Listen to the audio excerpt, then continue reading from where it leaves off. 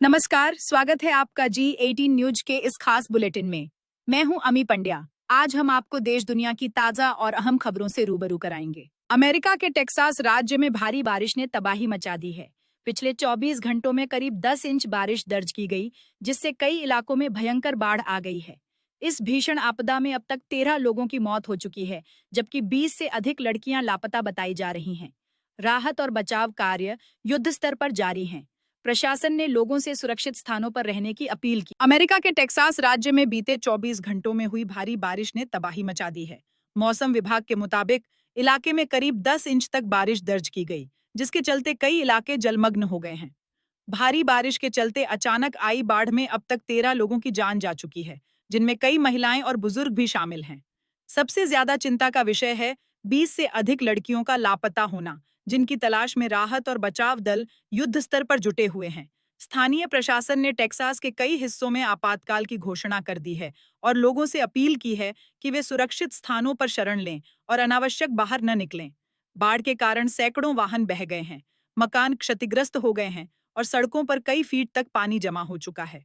Rescue operation में national guard, rescue boats और helicopters की मदद ली जा रही है। इस प्राकृतिक आपदा से टेक्सास की तस्वीरें दिल दहला देने वाली हैं। प्रशासन की कोशिश है कि ज्यादा से ज्यादा लोगों को सुरक्षित निकाला जाए और लापता लड़कियों को जल्द से जल्द खोजा जा सके।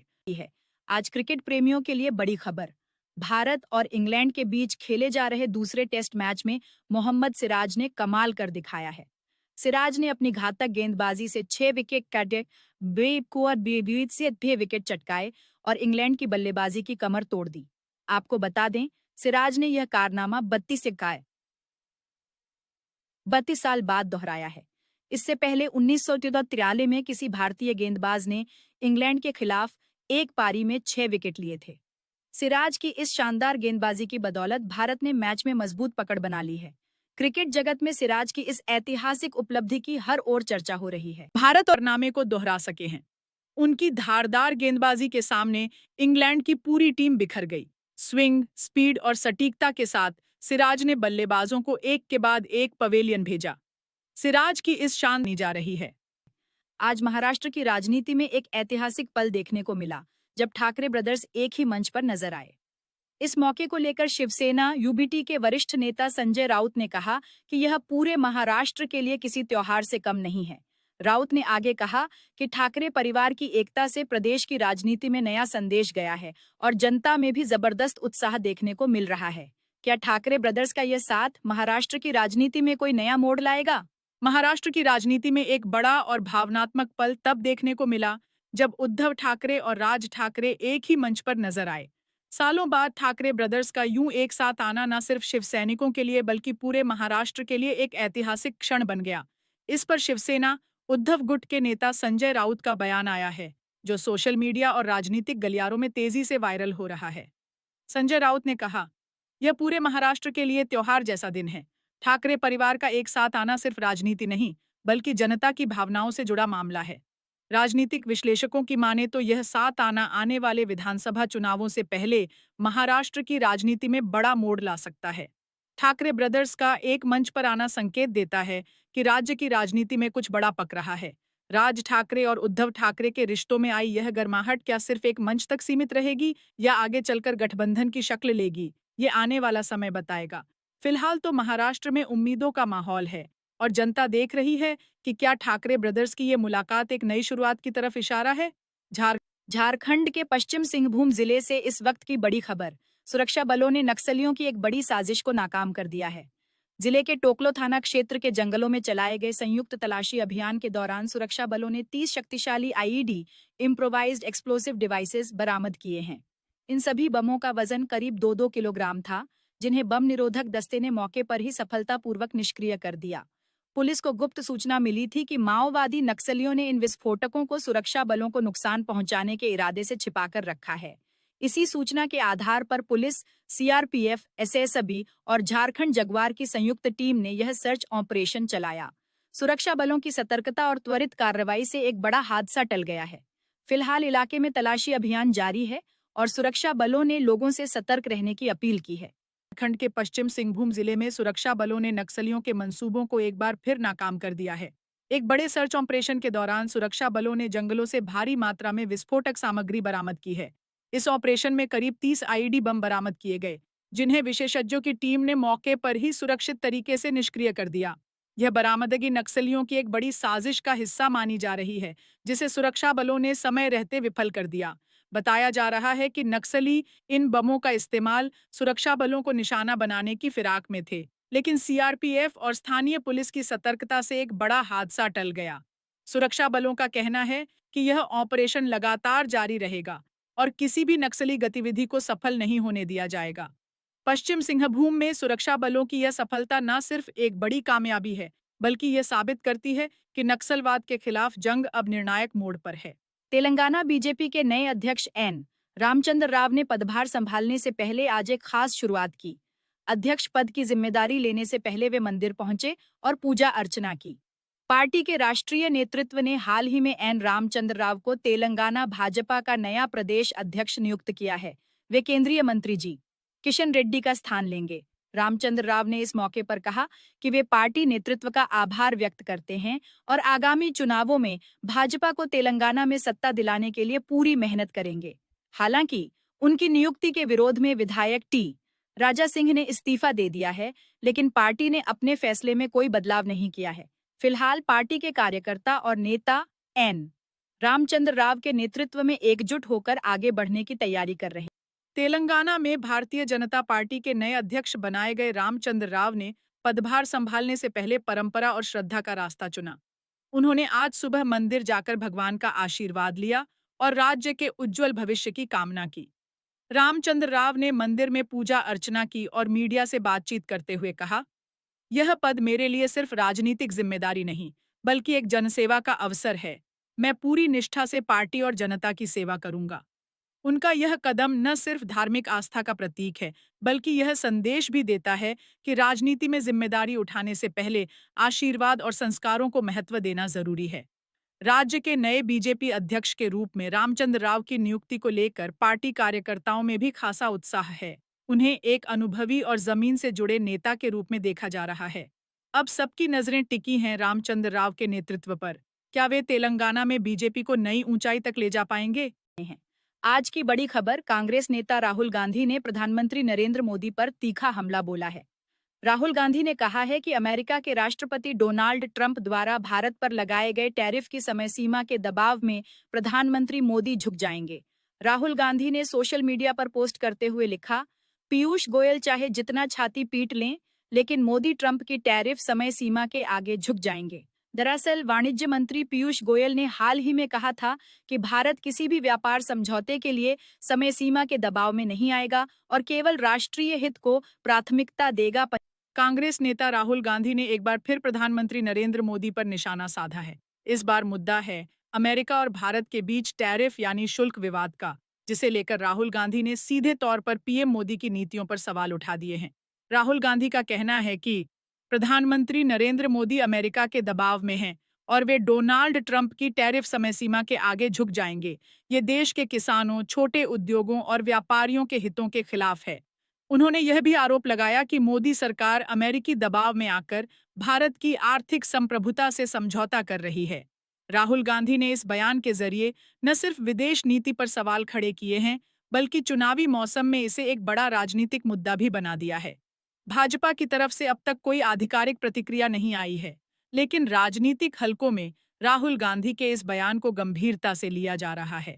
पंजाब से इस वक्त की बड़ी खबर, पंजाब विधानसभा का विशेष सत्र 10 और 11 जुलाई को आयोजित किया जाएगा। मुख्यमंत्री भगवंत मान के नेतृत्व में बुलाई गई इस 2 दिवसीय विशेष बैठक में राज्य के लिए ऐतिहासिक फैसले लिए जाने की संभावना है। सूत्रों के मुताबिक इस सत्र में धार्मिक ग्रंथों और प्रतीकों की बेअदबी के खिलाफ सख्त कानून पेश किया जाएगा। लंबे समय से पंजाब में इस तरह के कानून की मांग उठती रही है, जिसे अब सरकार अमल में लाने जा रही है। ऐसा माना जा रहा है कि नए कानून में दोषियों के लिए कड़ी सजा और आर्थिक दंड का भी प्रावधान हो सकता है। इसके अलावा सत्र में ड्रग्स के मुद्दे पर भी चर्चा की जाएगी, जो राज्य के लिए एक गंभीर चिंता का विषय है। आयोजित होने वाले विशेष सत्र में एक बड़ा और संवेदनशील कदम उठाया जा रहा है। धार्मिक ग्रंथों और प्रतीकों की बेअदबी के खिलाफ एक सख्त कानून पेश किया जाएगा। मुख्यमंत्री भगवंत मान की सरकार इस कानून के जरिए राज्य में धार्मिक सहिष्णुता और सम्मान को बनाए रखने का प्रयास कर रही है। सरकार का कहना है कि जो भी व्यक्ति किसी भी धर्म के पवित्र ग्रंथ या प्रतीक का अपमान करेगा, उसके खिलाफ कड़ी से कड़ी कार्रवाई की जाएगी। यह प्रस्ताव ऐसे समय में आ रहा है जब हाल के वर्षों में बेअदबी की घटनाओं को लेकर पूरे पंजाब में आक्रोश देखने को मिला है। इस नए कानून के जरिए ऐसे अपराधों पर सख्ती से नकेल कसने की तैयारी है। विपक्षी दलों की नजरें भी इस कानून पर टिकी हैं। कुछ इसे जरूरी कदम बता रहे हैं, तो कुछ इसकी मंशा पर सवाल भी उठा सकते हैं। क्या यह नया कानून धार्मिक सौहार्द को मजबूत करेगा या बनेगा सियासी बहस का मुद्दा? जवाब मिलेगा पंजाब विधानसभा के विशेष सत्र में। आज अमेरिका अपने 251वें स्वतंत्रता दिवस का जश्न मना रहा है। पूरे देश में उत्साह और उमंग का माहौल है। राजधानी वॉशिंगटन डीसी सहित कई प्रमुख शहरों में भव्य आतिशबाजी और परेड का आयोजन किया गया। लोग अपने अपने घरों और सार्वजनिक स्थानों पर झंडे लहराते हुए इस खास दिन को यादगार बना रहे हैं। स्वतंत्रता दिवस पर अमेरिकी इतिहास, आजादी की लड़ाई और देश की प्रगति को याद किया जा रहा है।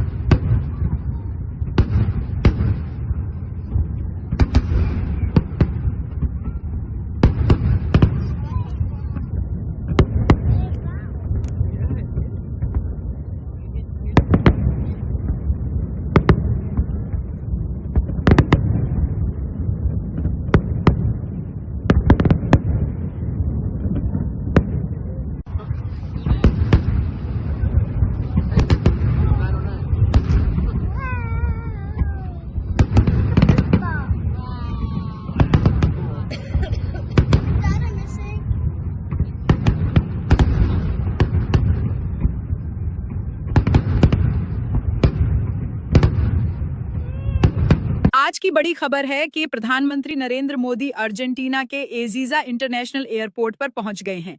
यह दौरा बेहद खास है क्योंकि यह पिछले 57 वर्षों में किसी भारतीय प्रधानमंत्री की अर्जेंटीना की पहली द्विपक्षीय यात्रा है। एयरपोर्ट पर प्रधानमंत्री मोदी का औपचारिक स्वागत गार्ड ऑफ ऑनर के साथ किया गया।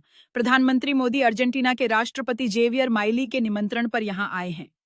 दोनों नेताओं के बीच रक्षा, कृषि, ऊर्जा, खनन, नवीकरणीय ऊर्जा, विज्ञान एवं प्रौद्योगिकी और निवेश जैसे कई महत्वपूर्ण क्षेत्रों में सहयोग बढ़ाने पर चर्चा होगी।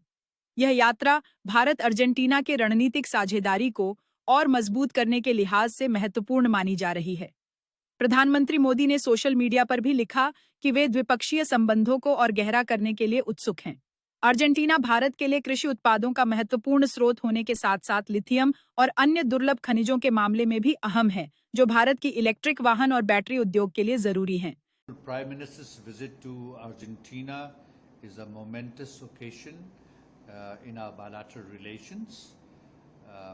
This visit is coming after a long time, over 5 decades, and Honorable Prime Minister had the occasion to meet His Excellency the President of Argentina last November during the G20 in Brazil. This visit will only consolidate on the points discussed during that last meeting, and one has to remember that India-Argentina relations are multifaceted, and we have cooperation across a range of subjects.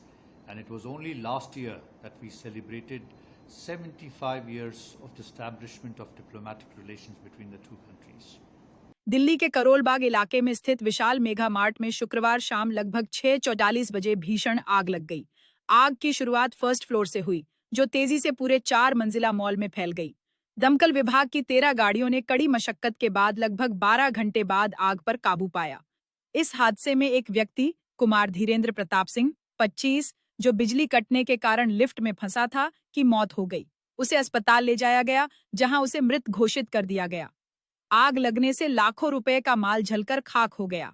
दमकल विभाग और police ने मिलकर राहत और बचाव कार्य किया। पुलिस ने इस मामले में एफआईआर दर्ज कर जांच शुरू कर दी है। आग लगने के कारणों का पता लगाने के लिए फोरेंसिक टीम को भी घटनास्थल पर भेजा गया है। यह घटना फायर सेफ्टी और सुरक्षा व्यवस्था की गंभीर चुनौतियों को फिर से उजागर करती है। स्थानीय प्रशासन को भविष्य में ऐसी घटनाओं को रोकने के लिए कड़ी कार्रवाई करनी होगी। राजधानी दिल्ली के करोल बाग इलाके में उस वक्त अफरा तफरी मच गई जब एक विशाल मॉल में अचानक भीषण आग लग गई। आग इतनी तेजी से फैली कि चंद मिनटों में मॉल की ऊपरी मंजिलें धुएं से भर गईं। सूचना मिलते ही दमकल की कई गाड़ियां मौके पर पहुंचीं और आग बुझाने का रेस्क्यू ऑपरेशन तुरंत शुरू कर दिया गया। राहत की बात यह रही कि समय रहते मॉल को खाली करा लिया गया और किसी के हताहत होने की खबर नहीं है। प्रत्यक्षदर्शियों के मुताबिक आग मॉल की एक दुकान से शुरू हुई और फिर धीरे धीरे बाकी हिस्सों में फैल गई। आग लगने के कारणों का अभी पता नहीं चला है, लेकिन शॉर्ट सर्किट को संभावित वजह माना जा रहा है। फायर ब्रिगेड की टीमें अब भी मॉल की हर मंजिल की जांच कर रही हैं ताकि कोई फंसा न रह जाए और आग पूरी तरह बुझा दी जाए। फिलहाल स्थिति नियंत्रण में है, लेकिन सवाल यह है कि क्या मॉल में सुरक्षा के पर्याप्त इंतजाम थे? जांच के बाद ही सामने आएगी असली वजह।